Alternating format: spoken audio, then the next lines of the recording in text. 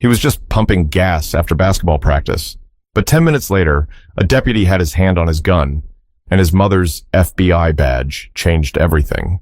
The sun was sliding low over Macon, Georgia, leaving streaks of orange light across the gas station parking lot. The air smelled like gasoline and fried chicken from the diner next door.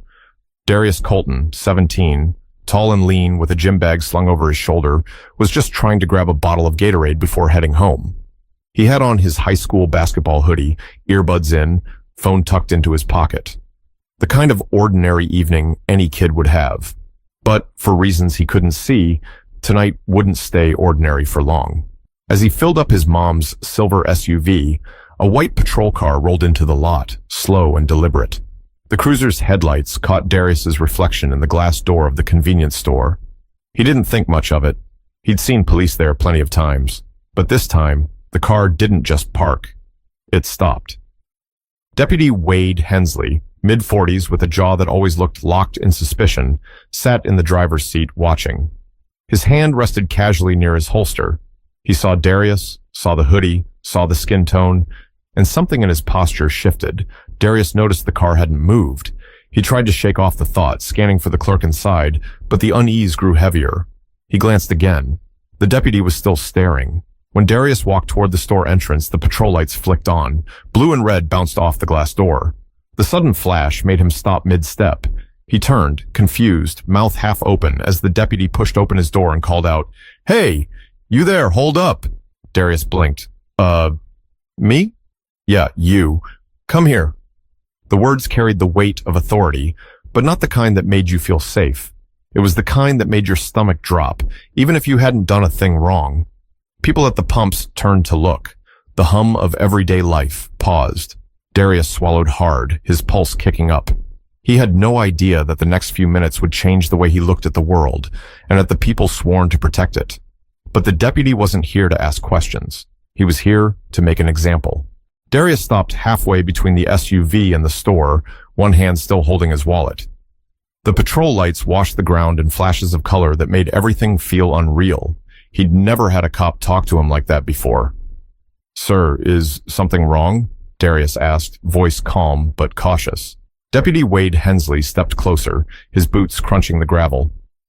"Let's see some ID." Darius frowned slightly. "I'm just getting gas." "My mom's car. Did I do something?" Hensley's tone sharpened. "Didn't ask you all that, son." "I said ID. That word, son, hit different. It wasn't said kindly. It wasn't about family. It was about control." Darius's hand trembled slightly as he pulled his wallet from his pocket. He'd been raised to be respectful, especially in moments like this. His mother, Renee Colton, had told him 1,000 times, "Stay calm, keep your hands where they can see them, don't argue." Renee worked long hours at the FBI's Atlanta field office, and she didn't hide the reality of the world from her son. She'd seen things. Cases that broke her heart, stories of kids stopped for fitting a description. She made sure Darius understood the difference between staying alive and being right. But still, seeing those red and blue lights now, Darius couldn't stop the sting of humiliation creeping in. He wasn't doing anything wrong. He was just living. As he handed over his ID, Hensley snatched it faster than necessary, barely glancing at the card. "Where'd you get this vehicle?" Darius blinked. "It's my mom's car, sir." "Your mom, huh?" "Name?" "Renee Colton." The deputy squinted, tapping something into his tablet. "You sure about that?" "Yes, sir." "She's at work." Hensley chuckled under his breath, shaking his head. "At work." "Uh-huh. You live around here?" "Yes, right off Eisenhower Parkway." The deputy's expression tightened. He didn't like being answered directly. He wasn't looking for information. He was looking for hesitation, something to justify his suspicion. Inside the store, the clerk, an older man stocking drinks, froze halfway through a motion. He'd seen this kind of thing before, but never knew what to do. A young couple by the next pump slowed their conversation, watching from behind their windshield. Darius could feel their eyes. The embarrassment burned hotter than fear. He wanted to call his mom, but he knew that could be taken the wrong way. He stood still, breathing slow, trying to remember everything she'd ever told him. Renee always said, "You don't win every battle by fighting back. Sometimes you win by staying steady long enough for the truth to reveal itself. But tonight, that truth was coming faster than either of them could have imagined. Because a few miles away, Renee Colton was just clocking out, unaware her son's name was already echoing through a deputy's radio. The evening air had cooled, but sweat rolled down Darius's temple. He wasn't sure if it was the heat or the pressure. Deputy Hensley circled him slowly, holding his ID like it was evidence. "You said this is your mother's car," Hensley said, glancing at the SUV. "What's she do for a living?" Darius hesitated for half a second. "She works for the government." "What department?" "The Bureau." Hensley raised an eyebrow. "What bureau?" "The FBI, sir." That made the deputy pause, just for a heartbeat, but then he smirked, a kind of disbelief that said he'd already decided what he thought of this kid. "Right. And I'm the president," he muttered. "I'm serious, sir. You can call her. She's—" "Quiet," Hensley snapped, lifting a hand. "You don't get to tell me what I can do, you understand that?" Darius bit his lip and nodded. "Yes, sir." The officer took a slow breath, eyes moving to the SUV again. "Mind if I take a look inside?" Darius blinked. "You need a reason for that, don't you?" Hensley's voice hardened. "Are you refusing a lawful request?" "No, sir. My mom wouldn't want—" "Then open it." Darius reached for the handle, his hands visibly shaking. He opened the driver's door, trying not to make any sudden movements. The deputy leaned in, flashlight scanning the seats, the floor mats, the back seat. There was nothing but a basketball, a backpack, and a few empty water bottles. "What's in the bag?" "My gym stuff, shoes, towel, jersey. Go ahead and open it." He did. The deputy looked through the clothes like he was expecting something else, something to justify the tension already choking the air. But there was nothing. "Where are you coming from?" Hensley asked, stepping back. "Practice. Over at Southwest High." "Who coaches there?" "Coached at Derby." The deputy nodded slowly, pretending to take notes, though his notepad stayed blank. "You play starter?" "Yes, sir." Hensley circled back toward the front of the SUV. His voice dropped lower. "You know, I've been on this job 20 years. Seen a lot of kids tell me a lot of stories. I'm not lying, sir." The deputy's eyes met his, sharp and unyielding. "You sure about that?" For a moment, neither of them spoke. The only sound was the steady beep of another car finishing its fill-up. Inside, Darius's chest tightened. Every word, every breath, felt like a test he couldn't pass. From across the lot, the store clerk finally stepped outside, wiping his hands on his apron. "Officer, everything okay?" he called out, voice cautious. Hensley didn't even turn. "Mind your business, sir. Police matter." The man nodded, retreating back toward the door. Darius felt more alone than ever. Then the deputy's radio crackled. A faint voice came through, asking for his location. Hensley stepped away to respond. Darius took a shaky breath, his eyes darting toward the SUV. His phone was on the seat, screen lighting up with a missed call. His mother. He glanced at the deputy, still talking into the radio. Then he looked at the phone again. One quick move. That's all it would take to answer. But something deep inside told him not to. Because one wrong move tonight could turn a misunderstanding into something irreversible. The air around the gas station grew heavier, like everyone was holding their breath. The blue and red lights still flickered against the windows of the store, and people had started pretending not to look, even though everyone was watching. Deputy Wade Hensley was pacing now. Whatever patience he'd started with was gone. "You sure this is your car?" he asked again. Darius nodded. "Yes, sir." "My mom's." "I told you funny thing," Hensley said, staring at the license plate. "This vehicle was reported missing last month." "What? That's not possible. Keep your hands where I can see them." Darius froze, palms out. "Sir, I swear that's not true. My mom drives this car every day. You calling me a liar?" "No, sir, Then stop talking." Hensley's voice was loud now, loud enough for the people inside the store to stop what they were doing completely. The older clerk leaned forward, squinting through the glass. A young woman by pump 3 pulled out her phone, recording. Darius's heart hammered. His breathing felt too fast, too shallow. He tried again. "Can I please call my mom?" "She can clear this up in a second. Hands where I can see them." "They are." The deputy stepped closer, hand resting on the holster of his gun. "One more word, and I'm detaining you." You understand me? Darius didn't move, didn't blink. Every cell in his body screamed to run, but his mother's words echoed louder. Never make them nervous. Never make them think you're resisting. The recording woman whispered, "He's just a kid," as she kept her phone up. Inside the SUV, Darius's phone buzzed again. Another call from Mom. The sound made Hensley turn his head sharply. "Who's calling you?" "My mother," Darius said softly. "Get it." "What?" "I said get it." Darius hesitated. His hand twitched toward the car door. Hensley's voice snapped again. "Slowly!" He opened the door, inch by inch, reached for the phone, and held it up. "Put it on speaker." He did. The call connected mid-ring. "Darius? You good, baby?" Renee's voice came through, calm but warm. "Ma," he said quietly, "I'm at the Chevron off Gray Highway. There's a cop here saying the car's—" Hensley cut in, leaning toward the phone. "Ma'am, this is Deputy Wade Hensley with the Bibb County Sheriff's Office. We've got your son here in a suspicious vehicle." There was a pause on the line, then her tone changed. Lower, sharper. "Excuse me?"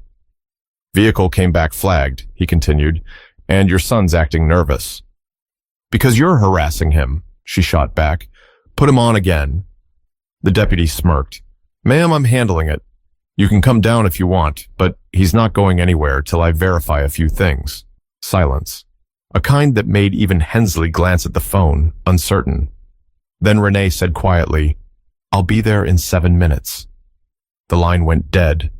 Darius looked up, hope flickering in his eyes. Hensley stuffed the ID back into his vest. "Fine. We'll wait." He didn't know what was about to walk into that parking lot, or how fast the balance of power was about to flip.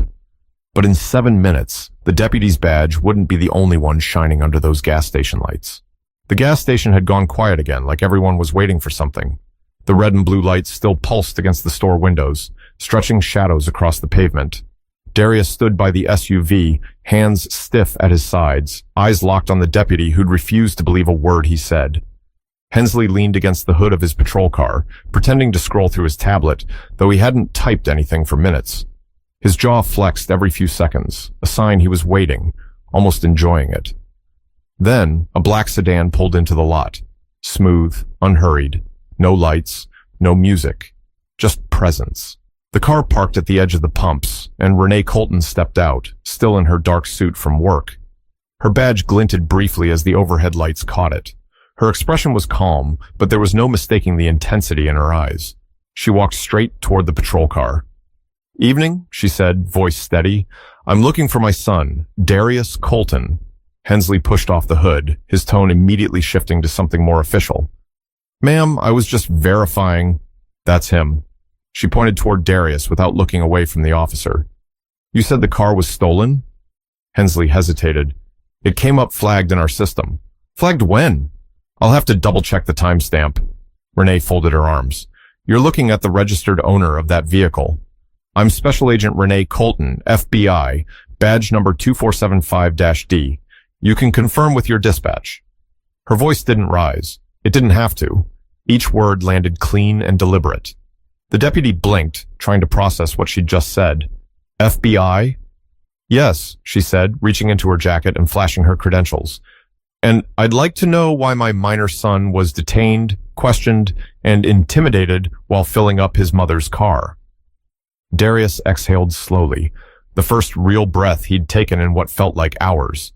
Hensley's confidence faltered. "Ma'am, it was a routine check." "No, it wasn't," Renee interrupted. "Routine checks don't involve shouting at kids with their hands up." The woman recording whispered, "She's FBI," and you could hear the disbelief in her tone. Renee took a step closer. "Did you have probable cause?" The deputy opened his mouth, then closed it again. "Body cam on?" "Yes, ma'am." "Good," she said. "Then you won't mind letting me see that footage after we're done here." He shifted, suddenly unsure where to rest his hands. "That's not standard procedure." "I didn't ask for procedure," she replied calmly. "I asked if you'd mind." Her tone wasn't loud. It was measured, but even the people inside the store could feel the difference. Darius finally spoke, his voice small. "Mom, he said the car was reported stolen." Renee turned to him. "It wasn't." I just drove it this morning. Deputy, when was the last time your database was updated? I don't have that info in front of me. She nodded slowly. That's what I thought. For the first time that night, Darius saw uncertainty replace arrogance on the officer's face. The silence stretched for a moment as Renee looked around, at the people watching, at the flashing lights, at her son still standing frozen beside the SUV. Then she said quietly, "You just humiliated a teenager in public for doing absolutely nothing wrong. You realize that, right?" Hensley looked away, the power he once held slipping fast. But Renee wasn't finished, because this wasn't just about her son. It was about every kid who never got to have a parent arrive in time. For a long moment, no one said anything. The gas station lights buzzed overhead, insects circling like they were drawn to the heat of what was happening below. Deputy Wade Hensley stood stiff, the words FBI still sinking in. He hadn't expected this. Not here, not tonight. Renee stepped closer, closing the gap between them until her calm became unavoidable. "You said my son was acting nervous. Tell me, officer, how exactly should a 17-year-old act when he's surrounded by flashing lights and accused of stealing his own mother's car?" Hensley straightened. "Ma'am, I was following protocol." "What protocol?" she asked sharply. "The one where you profile a teenager because of what he looks like? Or the one where you use intimidation instead of reason?" "Now hold on," Hensley began, his tone defensive. "I didn't profile anyone." The system flagged the vehicle, and I had a responsibility to investigate. Renee tilted her head slightly. "Did you verify that flag before approaching him?" He hesitated. "It came through as a past report." "So no," she said flatly. "You didn't verify it." You assumed Darius watched silently, his mother's voice both comforting and terrifying. He'd never seen her like this, controlled, sharp, every word cutting deeper than shouting ever could. Renee took out her phone, dialing. "This is Special Agent Colton, requesting immediate confirmation of plate number GYZ84L through the federal database." She paused, listening. "Yes, I'll hold." The deputy fidgeted, glancing at the small crowd gathering near the pumps. The line clicked. Renee nodded. "Confirmed. Vehicle is registered, clear, and active. No alerts." She ended the call and turned back to Hensley. "So, again, what exactly was suspicious here?" He opened his mouth, but no sound came out. "Because from where I'm standing," she continued, "the only thing that stood out to you was that my son doesn't fit your idea of who belongs behind the wheel of this car." The deputy's eyes narrowed. "Now that's not fair." "Fair?" Renee repeated, voice firm but level. "You think fairness is what this looks like? You had your hand on your gun, officer. On your gun. For a teenager with a Gatorade and a gym bag." Someone in the small crowd murmured, "She's right." Renee stepped closer again, lowering her voice. "You don't get to do that to kids like him anymore." Not without answering for it, Hensley's breathing quickened. "Ma'am, I didn't—" "Yes, you did," she interrupted, steady as ever, "and the camera on your chest saw every second of it. For a moment, there was nothing but the sound of passing cars on the highway." Renee looked at her son. "Darius, are you okay?" He nodded slowly. "Yeah, just, tired. Go sit in the car." He did, shoulders slumped with relief. When Renee turned back, Hensley was already trying to compose himself. "Look, Agent Colton, I'll admit things might have gone a little rough, but you know how this job is. We're told to stay alert. Things happen fast. Things only happen fast," she said quietly, "when fear replaces judgment." He swallowed hard. Renee glanced at his body cam. "I expect a copy of that footage. I'll file a formal complaint in the morning, and I'll make sure it goes through internal affairs. You can explain your alertness to them." The clerk from the store stepped outside again, his voice uncertain. "Ma'am, I'm really sorry your boy had to go through that. I saw the whole thing." She nodded at him. "Thank you for saying that." Turning back to Hensley, she added, "You know, my son asked me once what the difference was between being safe and being free. I didn't know how to answer him then." Her voice softened, almost breaking. "But now I do.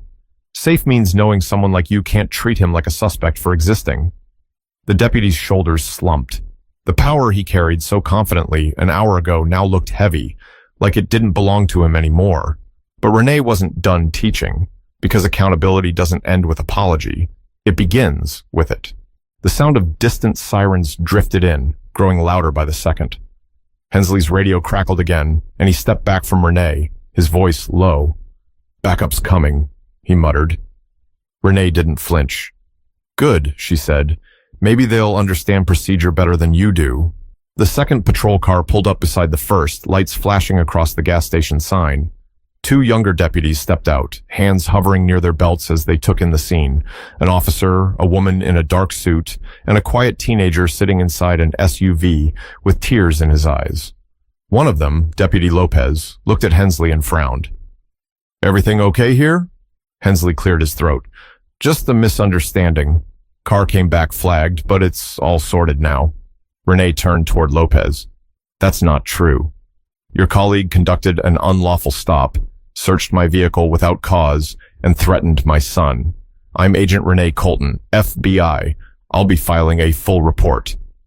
Lopez blinked, taken aback. "Understood, ma'am." He turned to Hensley. "You got documentation of that stop?" Hensley hesitated. "Body cam's running." "Good," Renee said. "Then make sure that footage doesn't disappear."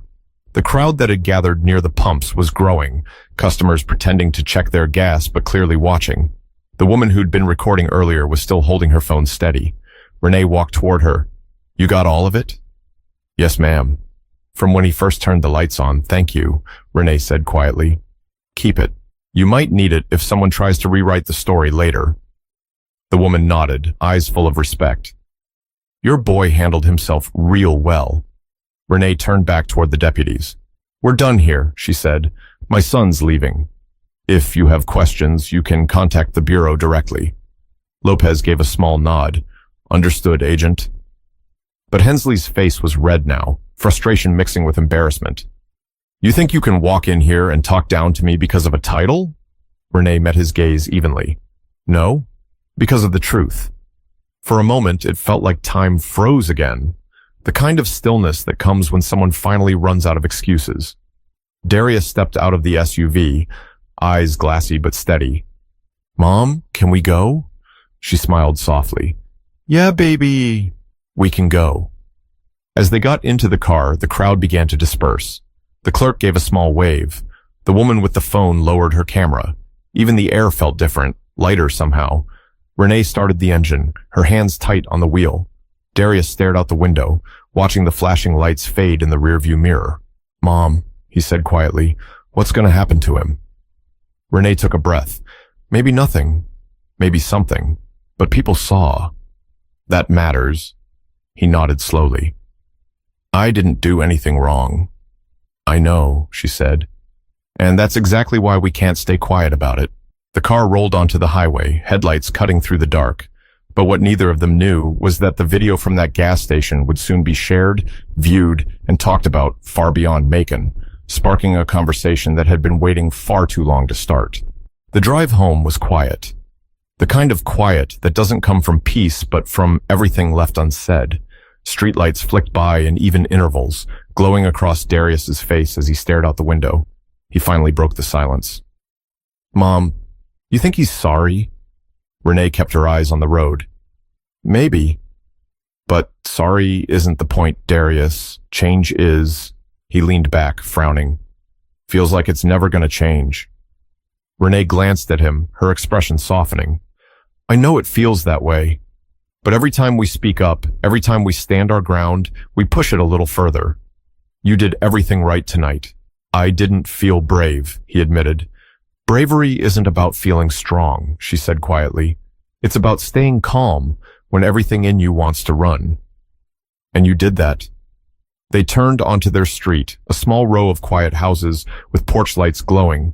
Renee parked, put the car in park, and rested her hand on the steering wheel. "Baby, I've seen the worst parts of this country," she said. "I've seen people hurt others just because they can. But I've also seen good officers, good neighbors, and people who refuse to stay blind. That's where hope lives, in the ones who refuse to look away." Darius looked down at his hands. "People at the gas station, they just watched." "Some did," she said, "but someone recorded. Someone spoke up. That's something." He nodded slowly. "Do you think they'll actually do anything with it?" "They might," she said. "And if they don't, We will. For the first time that night, Darius smiled faintly. Renee turned off the ignition and looked at her son. You know what I want you to remember most about tonight? He shook his head, that no matter what anyone says or does, your worth doesn't depend on how they see you. You don't need a badge to prove your value. The porch light flickered on automatically as they stepped out of the car. The world around them was calm again, but it didn't feel the same. That night, the footage from the gas station began spreading online.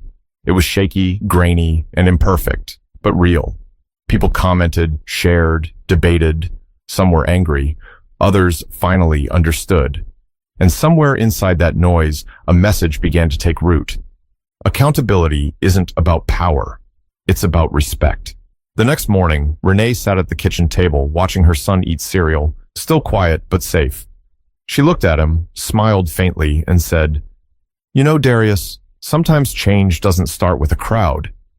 Sometimes it starts with one moment of truth. He nodded, finishing his spoonful. We had ours, huh? Yeah, she said softly. We did. Because real strength isn't measured by authority. It's measured by how you use it.